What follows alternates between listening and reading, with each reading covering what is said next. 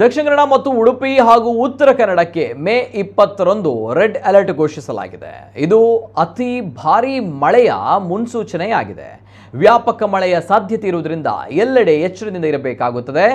ಮೇ 21, 22ರಂದು ಕೂಡ orange alert ಘೋಷಿಸಲಾಗಿದೆ. ರಾಜಧಾನಿ ಬೆಂಗಳೂರು ಸೇರಿ ರಾಜ್ಯದ ಹಲವು ಜಿಲ್ಲೆಗಳಲ್ಲಿ ವರ್ಣಾರ್ಭಟದ ಅಲರ್ಟ್ ನೀಡಲಾಗಿದೆ. ವಾಯುಭಾರ ಕುಸಿತ ಅರಬ್ಬಿ ಸಮುದ್ರದಲ್ಲಿ ಆಗ್ತಾ ಇರುವುದರಿಂದ ಇದರ ತೀರ ಪ್ರದೇಶದ ಜನರು ಎಚ್ಚರದಿಂದ ಇರುವಂತೆ ಸೂಚಿಸಲಾಗಿದೆ.